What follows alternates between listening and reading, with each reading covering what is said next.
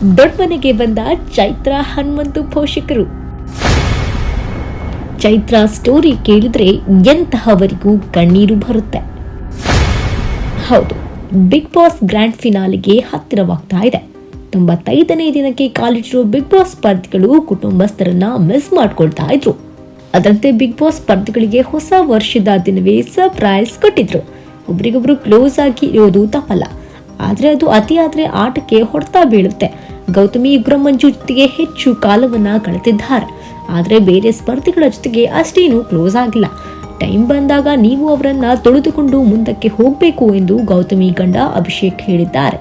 ಅದಕ್ಕೆ ಗೌತಮಿ ತೊಳೆದುಕೊಂಡು ಹೋಗಲ್ಲ, ದಾಟ್ಕೊಂಡು ಹೋಗ್ತೀನಿ ಎಂದು ಭರವಸೆಯನ್ನ ನೀಡಿದ್ದಾರೆ. ಜಸ್ಟ್ ಫ್ಯೂ ಡೇಸ್ನಲ್ಲಿ ಬಿಗ್ ಬಾಸ್ ಶೋ ಪೂರ್ಣಗೊಳ್ತಾ ಇದೆ. ಫಿನಾಲೆಯಲ್ಲಿ ಯಾರು ಉಳಿದುಕೊಳ್ತಾರೆ, ಅದಕ್ಕೂ ಮೊದಲು ಯಾರು ಔಟ್ ಆಗ್ತಾರೆ ಎಂಬ ಕ್ಯೂರಿಯಾಸಿಟಿ ಎಲ್ಲರಲ್ಲೂ ಇದ್ದೇ ಇದೆ. ಇತ್ತ ಚೈತ್ರ ಕುಂದಾಪುರ ತಾಯಿ ತಂಗಿ ಬಂದಿದ್ರು. ನೀವೆಲ್ಲರೂ ಮಗಳಿಗೆ ಕಳಪೆ ಕೊಟ್ರಿ, ನಾನು ಉತ್ತಮ ಕೊಡ್ತೀನಿ ಅಂತ ಮೆಟಲ್ ಹಾಕಿದ್ರು. ಇಷ್ಟು ದಿನ ರಜತ್ ಚೈತ್ರ ಕುಂದಾಪುರ ನಮ್ಮ ಬಾಸ್, ಏನೇ ಜಗಳವಾದ್ರು ನಮ್ಮ ಬಾಸ್ ಅಂತಾನೆ ಇರ್ತಾ ಇದ್ರು. ಅಷ್ಟೇ ಅಲ್ಲದೆ ಕಿಚ್ಚಿನ ಪಂಚಾಯಿತಿಯಲ್ಲೂ ನಮ್ಮ ಬಾಸ್ ಚೈತ್ರ ಕುಂದಾಪುರ ಅಂತ ರೇಗಿಸಿದ್ರು ರಜತ್. ಈಗ ಚೈತ್ರ ತಂಗಿ ರಜತ್ಗೆ ಟಕ್ಕರ್ ಕೊಟ್ಟಿದ್ದಾರೆ. ನನ್ನ ತಂಗಿ ಹುಟ್ಟಿದಾಗ ನಮಗೆ ನಿಜವಾದ ಚಾಲೆಂಜ್ ಶುರುವಾಗುತ್ತೆ. 3ನೇಯದು ಹೆಣ್ಣಾಯಿತು ಅಂತ ಅಪ್ಪ ಅಮ್ಮನಿಗೆ ಹೆಣಕ್ಕೆ ಬೆಂಕಿ ಇಡೋಕು ಗಂಡು ದಿಕ್ಕಿಲ್ಲ ಎಂದು ಜನರು ಹೇಳಿದ ಮಾತನ್ನ ನೆನಪು ಮಾಡಿಕೊಂಡು ಚೈತ್ರ ಭಾವುಕರಾದ್ರು. ಧನರಾಜ್ ಅವರ ಮನೆಯಿಂದ ಅವರ ಪತ್ನಿ ಹಾಗೂ ದೊಡ್ಡ ಕುಟುಂಬವೇ ಬಿಗ್ ಬಾಸ್ ಮನೆಗೆ ಬಂದಿದ್ದು ಹುಲಿ ವೇಷ ಕುಣಿತಕ್ಕೆ ಹೆಜ್ಜೆ ಹಾಕಿ ಸಂಭ್ರಮಿಸಿದ್ದಾರೆ. ಪತ್ನಿ ಧನರಾಜ್ ಅವರೊಂದಿಗೆ ತಮಾಷೆಯಾಗಿ ಮಾತನಾಡಿದ್ದು ನಂತರ ಧನರಾಜ್ ಅವರ ಪುಟ್ಟ ಮಗುವನ್ನ ತೋರಿಸಲಾಯಿತು. ಧನು ತನ್ನ ಪುಟ್ಟ ಹೆಣ್ಣು ಮಗುವನ್ನ ನೋಡಿ ಮುದ್ದಾಡಿದ್ದಾರೆ.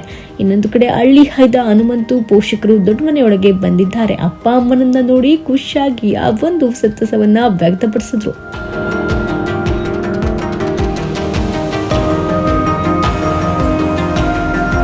ನಂತರ ಹನುಮಂತು ತಂದೆ ತಾಯಿ ತಂದಿದ್ದ ಊಟವನ್ನ ಎಲ್ಲ ಸ್ಪರ್ಧಿಗಳು ಖುಷಿಯಿಂದ ಮಾಡಿದ್ರು.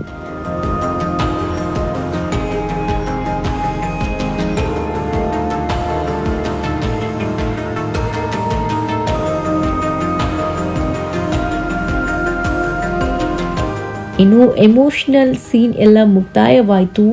ನಂತರ ಟಾಸ್ಕ್ಗಳತ್ತ ಸ್ಪರ್ಧಿಗಳೆಲ್ಲ ಗಮನ ಹರಿಸೋ ಸಮಯ ಬಂದೇ ಬಿಡ್ತು. Entertainment bureau, essential news.